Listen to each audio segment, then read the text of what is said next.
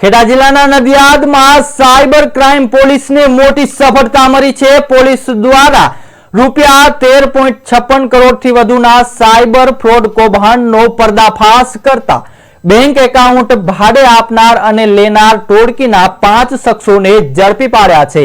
આ તપાસમાં બહાર આવ્યું છે કે મહેમદાબાદ ખાતરજ ચોકડી પાસે આવેલી સ્ટેટ બેંક ઓફ ઇન્ડિયા બ્રાન્ચમાં બોગસ દસ્તાવેજોના આધારે નકલી ભાગીદારી ફર્મ ઊભી કરી એકાઉન્ટ ખોલાવવામાં આવ્યા હતા। આ એકાઉન્ટ મારફતે વિવિધ રાજ્યોમાં સાયબર ફ્રોડના ભોગ બનેલા લોકો પાસેથી રૂપિયા ટ્રાન્સફર કરાવવામાં આવ્યા હતા। કુલ રૂપિયા 13.56 કરોડની આપલે આ નકલી એકાઉન્ટ મારફતે કરવામાં આવી હતી। ગુજરાત રાજ્યના સીઆઈડી ક્રાઇમ દ્વારા કેટલાક શંકાસ્પદ બેંક વ્યવહાર હોય એ બાબતે મ્યુલ એકાઉન્ટ જેને કહેવાય એની વિગત જે તે જિલ્લાને આપવામાં આવતી હોય છે। આવા એક મ્યુલ એકાઉન્ટની વિગત સીઆઈડી ક્રાઇમ દ્વારા નડિયાદને આપવામાં આવી હતી।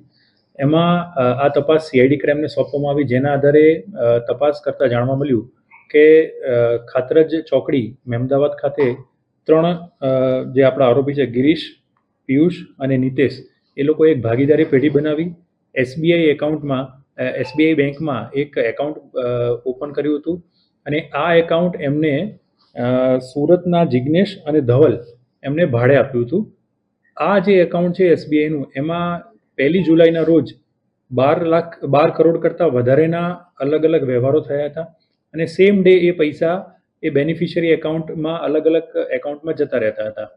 આ જે પૈસા હતા એ મુખ્યત્વે જે સાયબર ફ્રોડના જે પૈસા લોકો પાસે ફ્રોડ કરીને જે ખાતામાં જમા કરવામાં આવે છે એ પ્રકારના પૈસા હતા અને એ સિવાય જે નાની રકમ જે હતી એ બધી ગેમિંગની